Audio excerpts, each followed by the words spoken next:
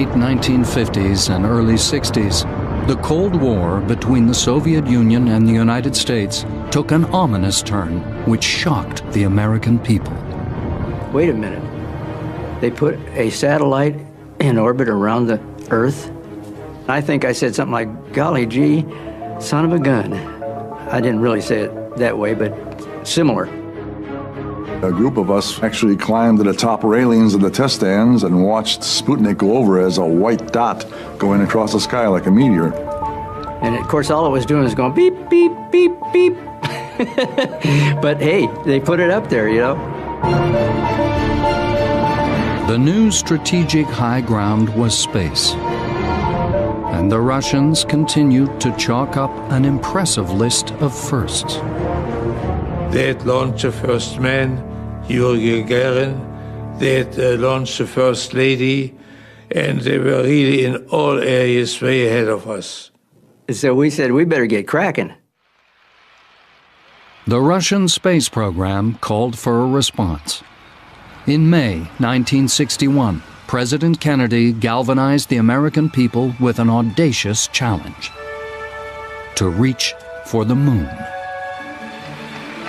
We choose to go to the moon in this decade and do the other things, not because they are easy, but because they are hard. Because that goal will serve to organize and measure the best of our energies and skills. Because that challenge is one that we're willing to accept, one we are unwilling to postpone, and one we intend to win.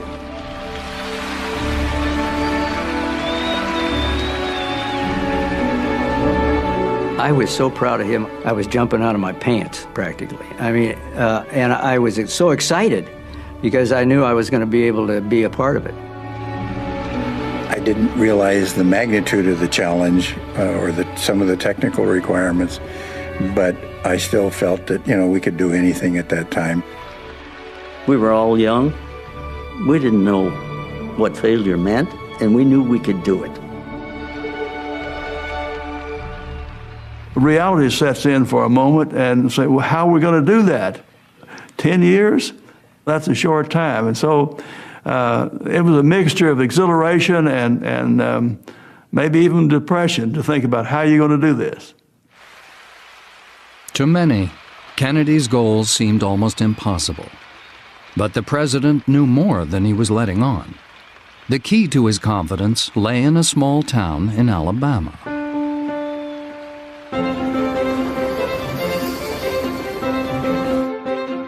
In the 1950s, Huntsville was a sleepy little town. When I first came here, the population was about 18,000 people.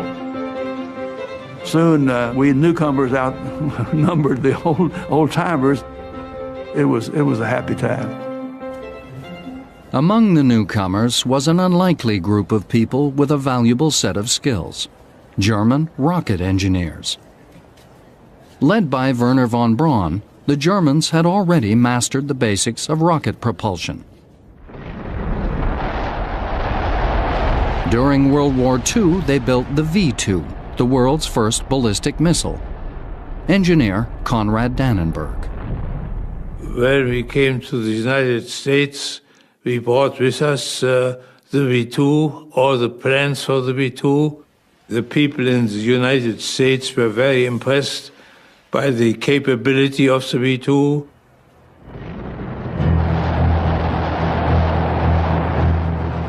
This technology was very important for the growth of the space program, because these engines are more efficient, they can be controlled, and you really have a capability to work with your engines during your flight. The German people who came over were indeed very skilled people. They were, all of them, dedicated to rocketry and wanted to continue that, not from the standpoint of having rockets to launch on enemies, but the whole thing behind their thoughts was going into space, going to the moon. With the Russians leading the space race and America desperate to catch up, von Braun saw an opportunity to fulfill his lifelong dream. Von Braun was always thinking in the back of his head, we're going to the moon. That's what he wanted to do. And it infused everybody. We all wanted to go to the moon. All you had to do was talk to him 5 minutes and you were ready to go. He was very charismatic. You know, he could sell a refrigerator to an Eskimo. Von Braun turned his persuasive skills on the new president. And that, of course, was what eventually led President Kennedy to announce a trip to the moon. I'm sure he had been influenced by Wernher von Braun. Even before Kennedy's announcement, von Braun's team was designing a family of rockets they called Saturn. First on the pad was the Saturn I, almost 200 feet tall and with a thrust of 1.5 million pounds. When it lifted off, the engineers could not suppress their excitement. Ignition, all engines running, thrust commit, launch commit, lift off! Go, man!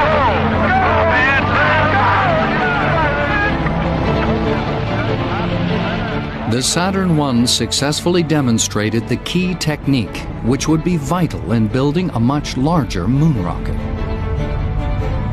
This was the concept of staging, in effect stacking multiple rockets one on top of the other. If you tried to go to orbit with all one stage, the amount of fuel and the size of the engines required would have to push the entire weight of that first stage to that full velocity. They learned that through analysis that the best way to do it was to get to orbit using multiple stages. So that the first stage would give you a certain amount of what they call delta V, change in velocity from 0 to a certain speed, and then you would drop off that whole stage, all of its tanks, all of its engines, and all the weight associated with it, so the second stage had much less mass to push. But to go beyond Earth's orbit would require more than 2 stages. And when you do the calculations, the most efficient way to build a moon rocket, one to get to the moon, turned out to be a 3-stage vehicle. On paper, the 3-stage concept looked like this. Stage 1 would have a cluster of 5 engines, the likes of which had never been built before, called the F1. On liftoff, each one would need to burn almost 3 tons of fuel a second, just to lift the enormous rocket off the pad. Stage 2 would also cluster 5 engines, the smaller J2. The third stage would use a single J2 engine, which would have to fire more than once, to place the elements of the Apollo spacecraft first into Earth's orbit and then on a course to the moon. When assembled, it would be the largest flying machine the world had ever seen.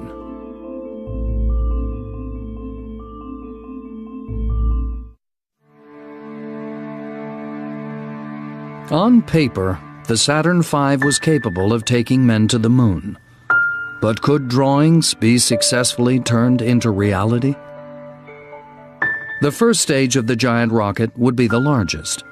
It needed to provide the initial thrust to lift the vehicle off the pad to a height of around 35 miles. The cluster of F1 engines designed to do this would require a huge leap forward in technology. Although they'd only burn for 2.5 minutes, the pipes and valves would have to withstand immense pressures and temperatures. If successful, it would be the largest liquid-fueled engine ever flown.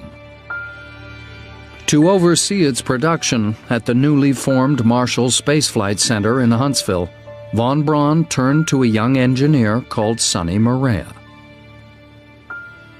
He gave me the responsibility for a $1 billion program. $1 billion in those dollars, not today's dollars. And he picked on this young guy who was 28 years old, didn't have very much experience, and gave me the challenge of being the manager of that program. Greatest decision that I think the man could make.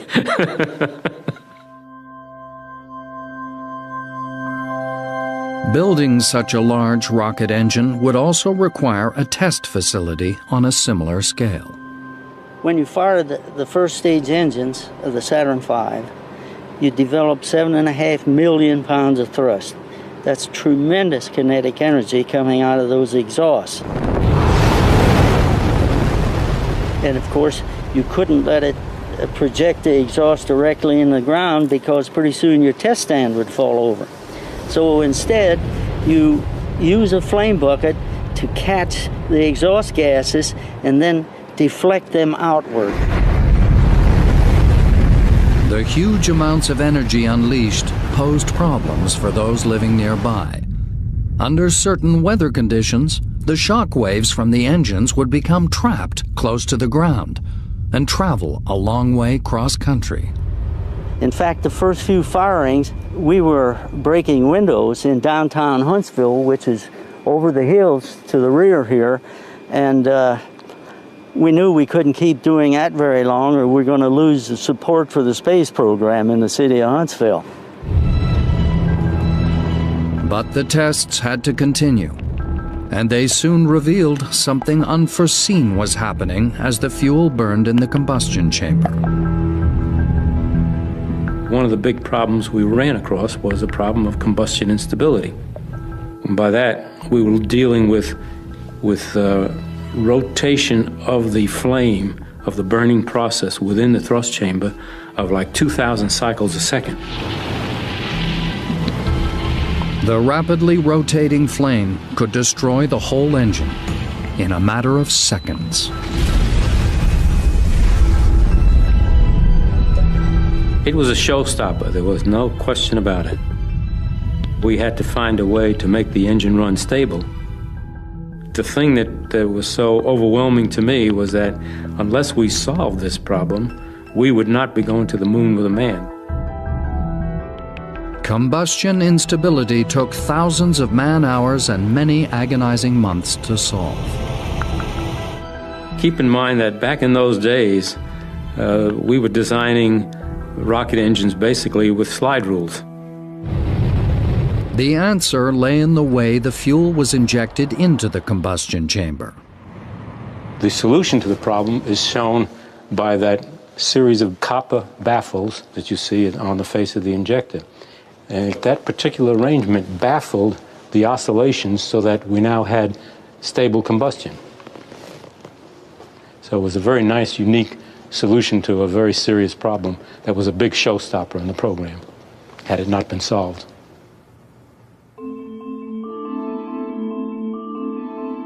With the construction of the first stage well underway, the building of the second fell to the engineers at North American Aviation in California. Stage 2 was a technical challenge of the first order. We had some unique manufacturing problems, we had interesting design problems, and it was probably the biggest challenge of the Saturn V. The main headache for the Stage 2 team was that the Apollo spacecraft, the command and lunar modules sitting on top of the Saturn V, kept getting heavier as their designs evolved. That inevitably meant that the rocket below them had to be made lighter. One of the engineers feeling the pressure was George Phelps. When they gave us a weight reduction problem, we said, well, we'll take some out of the first stage, some out of the third stage and the second stage. No, the first stage is too far along, and so is the third stage. And so we got to take it out of the second stage. A radical solution was needed to shed weight from the second stage. Normally, 2 separate tanks stored the liquid oxygen and liquid hydrogen fuels, with a temperature difference between them of over 120 degrees Fahrenheit. At both ends of each tank was a strong, relatively heavy, dome-shaped bulkhead. So to save weight, somebody came up with the idea to eliminate one bulkhead. This was the biggest, I think, the biggest challenge on that stage, to have one bulkhead to separate the 2 fuels. The stage would now have only one tank, and the fuels would be separated by just one divider, known as the common bulkhead. This arrangement had a double benefit. It got rid of one of the heavy bulkheads, and it reduced the overall length of the stage. But it also meant that two liquids at vastly different temperatures were right next to each other. And we had a divider that was about that thick. That was the most difficult problem that we had to solve, but we did it, because engineers can just about do anything.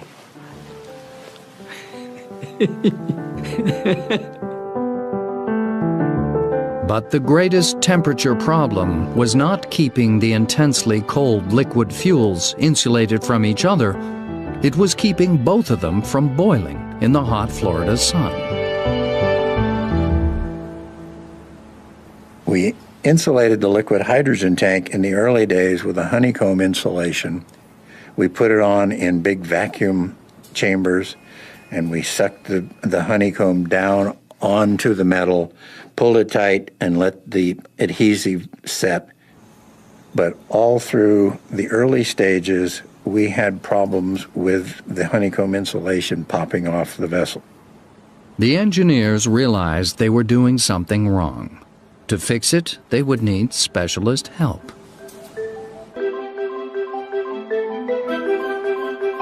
We were manufacturing the vehicle at Seal Beach in Southern California.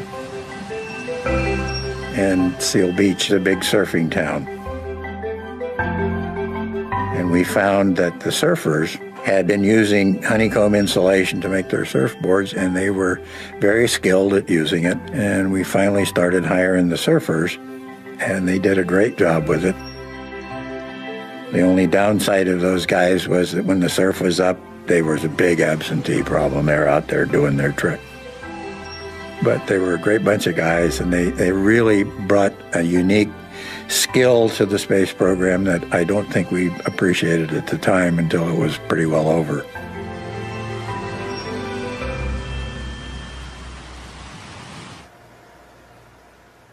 The Saturn V's third stage was also under construction in California, at the Douglas Aircraft Company. The third stage had the job of propelling the Apollo spacecraft out of Earth orbit on a trajectory to the Moon. Among the engineers working on it was Don Brinka. Well, the third stage for us at Douglas was one of the biggest stages we've ever made. It was 22 feet in diameter. As with every part of the Saturn's hardware, testing was critical in ironing out the problems which had been overlooked. We were preparing to test the third stage at our facility, and I was the director of test operations. I was responsible for all testing. I was sitting at my table in the control room, monitoring all the other events that were going on and watching for any problems and following the countdown. The stage was fully tanked and fully pressurized.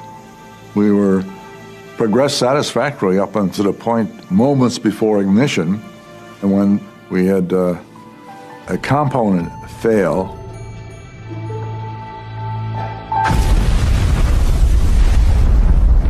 It was not hard to tell something was wrong. The whole blockhouse shook, everything rattled, and the screens all went white, and so we knew there was a major calamity. It was kind of a heart-stopping moment when that occurred, and we knew that the work was cut out for us to get this one resolved. Once the fire was out, the team began a painstaking investigation. Attention soon focused on a metal sphere which had held pressurized helium. In the process of going around and looking in the test stand, we noticed that one of the spheres, we could only find a half of it. And that was an important clue as to what had caused the explosion. So that's when we zeroed in on the conclusion that the sphere came apart. So then we did a series of tests and found that the wrong material had been used to weld the spheres together, and found that under pressure it would come apart. It was a real exercise for the engineering staff, very stressful, long hours, because you wanted to find it as soon as possible. We had a flight stage failure, and without that stage, you would not get to the moon. Douglas wasn't the only company having problems with their welds. Welding was the best method for constructing the Saturn V. It was far lighter than using rivets. But thousands of feet of welds were needed, and welding was proving a real problem for engineers like Bob Schwinghammer. We could not weld it. For weeks and weeks we could not weld it. And you know, they kept telling me, if we don't solve this problem, there won't be a Saturn V. In order to save weight, we varied the thickness of the metal from the top to the bottom. And so to weld two pieces together of different thicknesses gives you a different heat flow pattern. It makes the welding all the more difficult. And what we had to do was tear into the welding machines and redesign them ourselves. You know, one thing after another came up, and there were problems you had to solve, and they were new things. That was unplowed ground. Other people had never had to do that, and so we found out and figured out ways to do it. With time and perseverance, the rocket engineers solved problem after problem. However, time was a luxury the Apollo program did not have.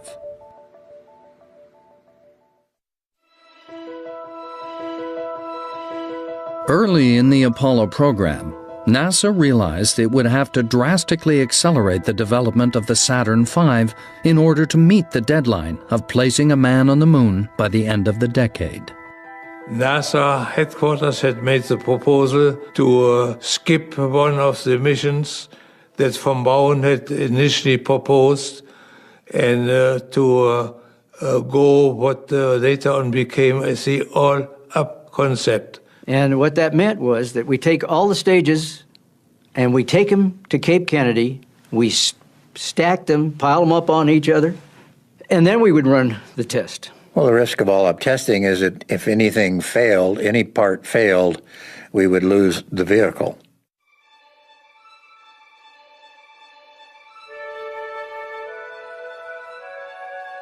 November 9th, 1967.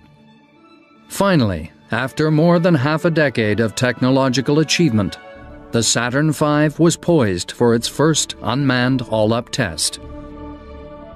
The flight would be known as Apollo 4. Apollo 4 was a tense time because those of us who were working on the individual stages were not sure that if we didn't do the individual stage tests at the time, something might go wrong. Testing to date had been successful, and so we had reason to believe that everything would work. But always there's a little something that happens you never know about. I looked at it and I remember thinking, you know, my God, we've done this. We've gotten it built and we've got one ready to fly. It's probably got 1 million pieces in it, and they all got to work at the same time. Liquid hydrogen tank in the second stage now pressurizing. T-minus 60 seconds and counting. T-minus 60. I was in awe of what was going on because I realized that not only was my F1 engine so important, but so many other systems went through that same sort of experience. They all had their major unknowns. They all had their teams that had to do their jobs perfectly, or that vehicle would not work.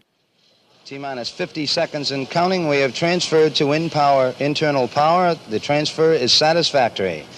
As it comes up to ignition point, you're trying to run over in your mind all the things that you thought might need checking. Again, you know, well, I think this is okay, and yeah, it has to be. We checked it so many times. We knew the countdown was going down. We knew what time they were supposed to launch, so we were all just transfixed on the launch pad. 15, 14, 13, 12, 11, 10, 9. Ignition sequence starts. 5, 4. We have ignition. All engines are running. We have liftoff. We have liftoff at 7 a.m. Eastern Standard Time. The tower has been cleared. The tower has been cleared.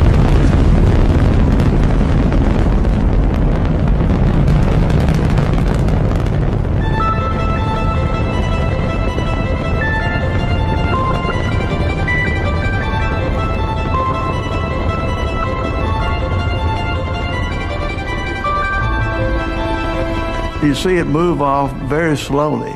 Oh, what's wrong? It's never going to go. Come on, go, go, go, go. You want to coax it, get off of there. You say, my God, that's, thousands of tons, and it's moving so slow you think it's going to fall over. Shock wave is progressing across the water, coming towards you. It's pretty impressive, I had never felt this much power and energy from that distance. We were going the ground was shaking like an earthquake in California. It was absolutely incredible. You thought that you were going to be knocked over with the power of that. I did hear women saying, oh, oh, oh, ooh, ah, and then clapping.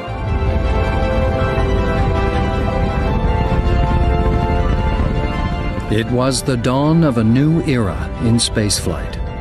With 5 engines guzzling 15 tons of fuel a second to generate 160 million horsepower, the 6.1 million pound Saturn rocket soared skyward. I was, so nervous when the ignition was on the first stage, took off, and it fired properly, and that was wonderful. And then all I'm worried about is what are we going to do after first stage burns out? Is ours going to start?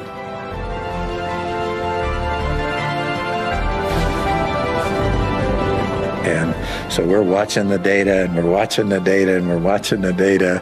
I don't think I breathed for 8.5 minutes. We drop the interstage, which is pretty neat, and we ignite the J2 engines, and they all come up to thrust. And we say, it's working, it's working, it's working. Phew. And that's what we thought, phew. And we ran out of fuel, and the fuel cutoff sensor said, we're out of gas. And then the S4B ignited, and it took off. And to me, that was all over by that time. My part was done. Apollo 4 had been a near-perfect flight. Suddenly, the president's goal seemed much closer.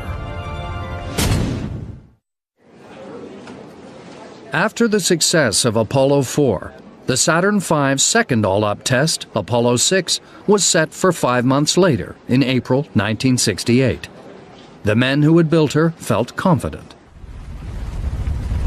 We have liftoff. Liftoff at 7 a.m. Eastern Standard Time. We figured, let's just sit back and relax, because there's no other problem that could occur. I mean, we flew it, we did an all-ups test, and it flew perfectly, and so no problem.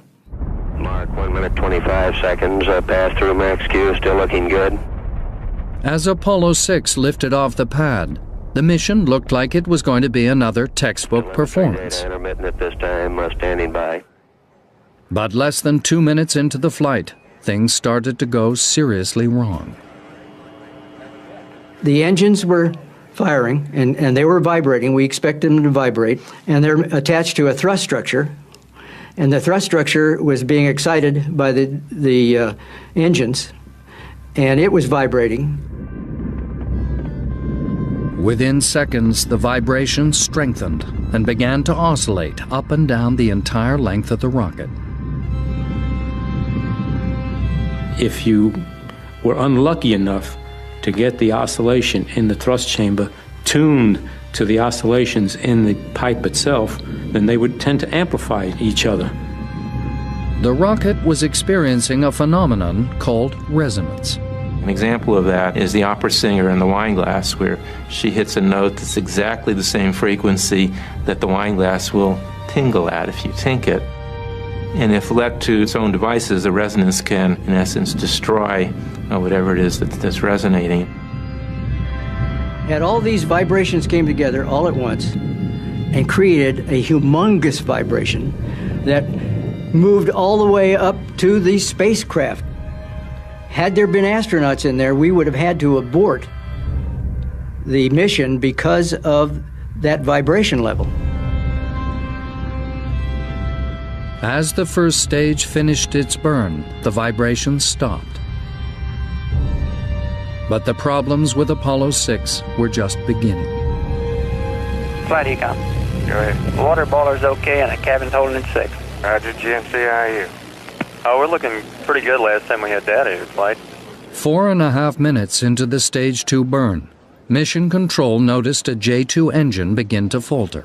All we knew was that the chamber pressure for one of the outboard engines was deteriorating, was dropping off. We didn't have any idea as to the cause, but it was failing, and the chamber pressure started to oscillate, and finally the engine shut itself down. Within seconds of the first engine shutting down, another J2 engine cut out. Flight booster, go. We've lost engine 2 and engine 3. You've lost the engines? That's affirmative. Roger. And therefore, we had only 3 engines on the second stage, whereas we required 5. Propulsion guys were saying, goodness sakes, golly gee whiz, what happened? Sort of. I think we have 2 engines out. Don't get nervous. Roger, understand. It seemed the unthinkable was about to happen. They were going to lose the Saturn altogether. The stage then, instead of flying its original trajectory naturally with 2 engines out, it keeled over, and eventually, running about parallel to Earth, it righted itself as the remaining engines gimbaled to try to get it righted again. Flight booster 2, we seem to have good control at this time. Roger. Guidance system performing nominally, flight. Roger, are you sure, booster? It was a close call, but Apollo 6 managed to limp into orbit. Roger. Immediately, the head scratching began. We were highly disappointed and knew that we had a lot of work to do to diagnose the problem and resolve it before the next launch. The resonance effect proved relatively easy to fix. What we did was, in the subsequent stages, we put what we call an accumulator in there, which is nothing more than a shock absorber, like you have in your car. So we put the accumulator in there, which is a pressure vessel, and solved that problem. But what about the second stage? Why had 2 engines suddenly failed? Sifting through the data, the fault was narrowed down to a small flexible pipe which fed fuel to the augmented spark igniter. The spark igniter was a crucial part of the Saturn V engines. Like a spark plug, it ignited fuel from the flexible pipe, which in turn lit the main engine. During the flight of Apollo 6, the pipe feeding fuel to the spark igniter had ruptured. Without an ignition source, the J2 engine began to splutter and then shut down altogether. It was a failure the engineers had never seen before, despite all their tests. When you tested it on the ground, ice would form because the hydrogen was so cold, and freeze and make the line actually be a stiff line. But as one flies into space, and eventually there is no moisture, and therefore there's no ice to form and nothing to dampen the vibration of the spark igniter. The vibrations had led to the line flexing and rupturing. We figured out if it's rigid on the ground and didn't have to be flexible when we're flying, and so we put a solid pipe in, and that solved the problem. But why had the second engine failed so abruptly? The fact that the second engine shut down all by itself with no other indication was a complete surprise. We had no idea at the time it occurred that there was anything wrong with the way it was operating. Actually, there was nothing wrong with the way it was operating. The reason for the failure was somewhat embarrassing. The computer sensed that there was a problem with an engine, so it commanded that engine to shut down. But the signal never reached the faulty engine where the pipe had ruptured. Instead, it shut down a perfectly healthy engine. We didn't realize, but the wiring for the 2 engines had been crossed. A simple mistake had almost wrecked the flight of Apollo 6, but at least the fix was easy. And so what we did was we made sure that the wirings were shortened so that they couldn't cross. So that's what we did. The near failure of Apollo 6 came at a bad time. In 1968, the possibility of America being upstaged by the Russians was still very real. NASA felt they couldn't delay any further. The third flight of the Saturn V would carry astronauts not to orbit the Earth, as everyone had expected, but to orbit the Moon. In December 1968, with little more than a year to the end of the decade, the race for the Moon was intensifying. Despite the near loss of Apollo 6, NASA was pushing ahead with Apollo 8, the third flight of the Saturn V and the first to carry a crew. Well, Apollo 8 launch was a bold move again because there's always a possibility of another problem occurring, but NASA felt that they were ready for it. We felt we were ready for it. So I believe it was a step that had to be taken if we were going to get to the Moon. We were determined to make the Apollo 8 flight, and we put lots and lots and lots and lots and lots and lots of hours in order to meet that flight. I recall I'd leave for work about 6 in the morning and I'd get home at 8 or 9 or 10 o'clock at night, and my kids were asleep by this time. My wife wasn't speaking to me probably. I think most of the wives felt that we had a mistress, and we did, and it was a launch vehicle. With the years of toil and testing behind them, it was time for the engineers to place their vehicle in the hands of the astronauts. Frank Borman, along with Bill Anders and Jim Lovell, were the crew selected for the flight of Apollo 8. For the engineers, now came the realization that human lives were at stake, and for some, it was an uncomfortable prospect. When we got right up to the point of launching astronauts, then all the fears and worries really came into existence. You worried along the way, but you realized that no human life was at risk at that moment. But suddenly, when you're coming up to your final flight review time, you realize that there were 3 lives that were depending on whether you and your team did their work properly and understood what they were doing. And I'll never forget the one meeting that I had where Frank Borman was in the meeting with us. And I was suddenly overwhelmed by the fact that we were now committing the lives of these 3 astronauts. And so during my presentation, I may not have come over exactly overconfident. And Frank Borman picked up on that. And as we broke for lunch, he grabbed onto my shoulder going out the door of the room, and he said, "Sonny," he says, "you guys have done the best job you possibly can do. We followed the program. We understand what's going on. We know what the risks are, and we're prepared to take them. Don't sweat it. We're ready to go." And that made me feel great. That was probably the greatest moment in my life during that program.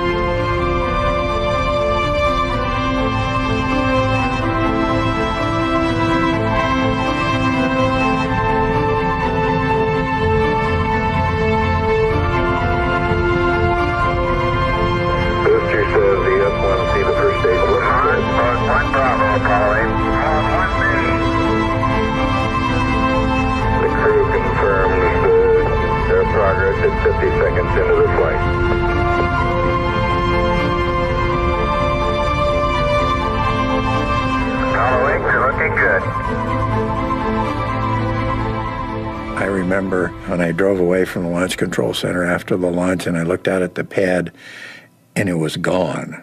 And I actually felt like I lost one of my kids. It was just, a tragic loss to me. And I never felt that way about any of the subsequent launches. But that one, a piece of me went up and went downrange and fell in the Indian Ocean somewhere.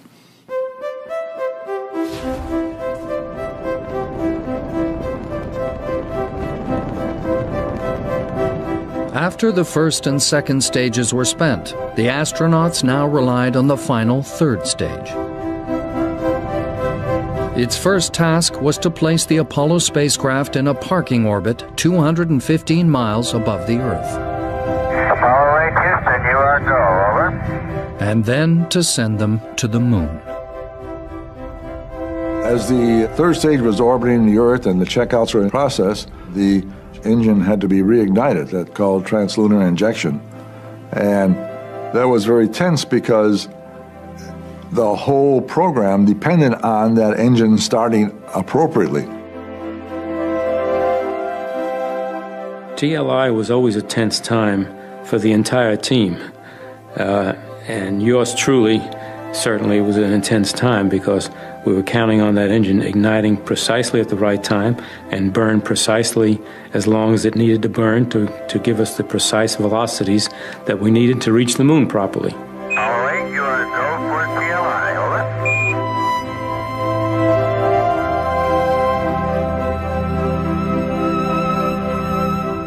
over. With the translunar injection burn successfully completed, the crew began the 3-day cruise to the moon. The job of the Saturn V was over. For each 2-week Apollo mission, the rocket fired for less than 15 minutes.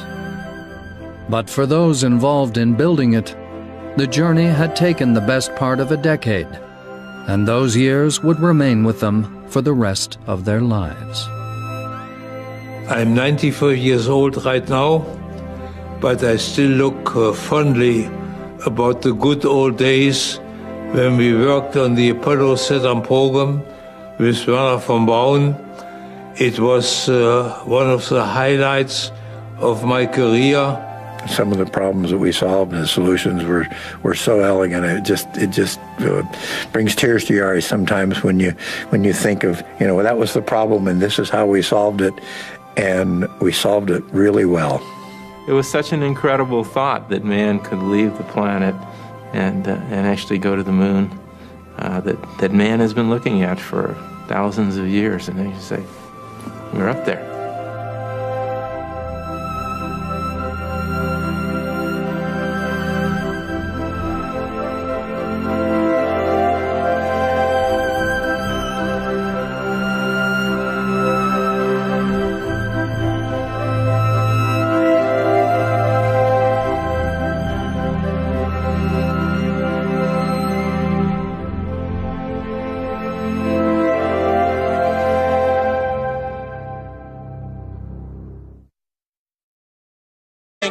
Not because they are easy, but because they are hard.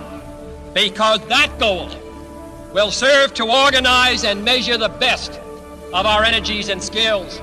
Because that challenge is one that we're willing to accept, one we are unwilling to postpone, and one we intend to win.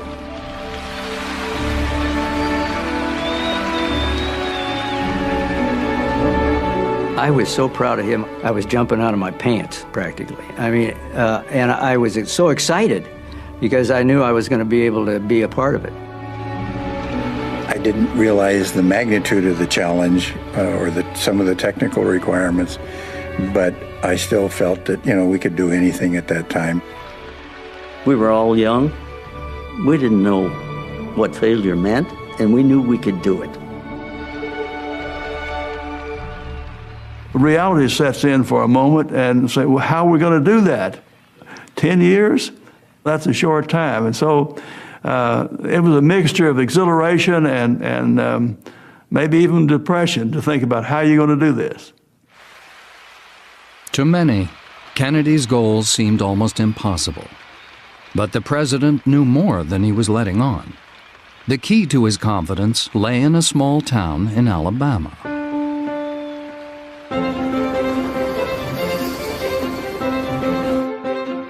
In the 1950s, Huntsville was a sleepy little town. When I first came here, the population was about 18,000 people. Soon, we newcomers out. Beep, beep, beep, beep. But hey, they put it up there, you know. The new strategic high ground was space. And the Russians continued to chalk up an impressive list of firsts. They had launched the first man, Yuri Gagarin. They had launched the first lady, and they were really in all areas way ahead of us. So we said, we better get cracking. The Russian space program called for a response. In May 1961, President Kennedy galvanized the American people with an audacious challenge: to reach for the moon.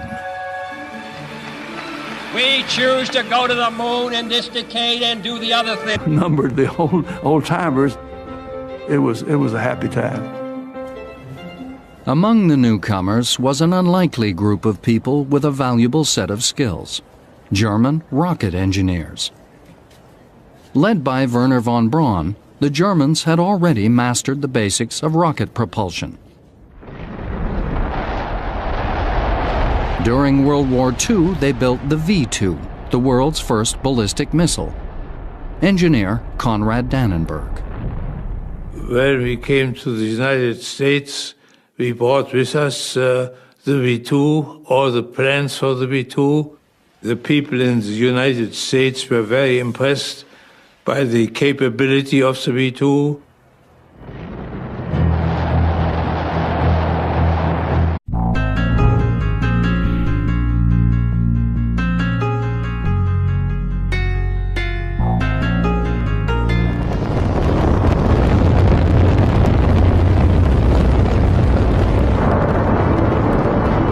During the late 1950s and early 60s, the Cold War between the Soviet Union and the United States took an ominous turn which shocked the American people.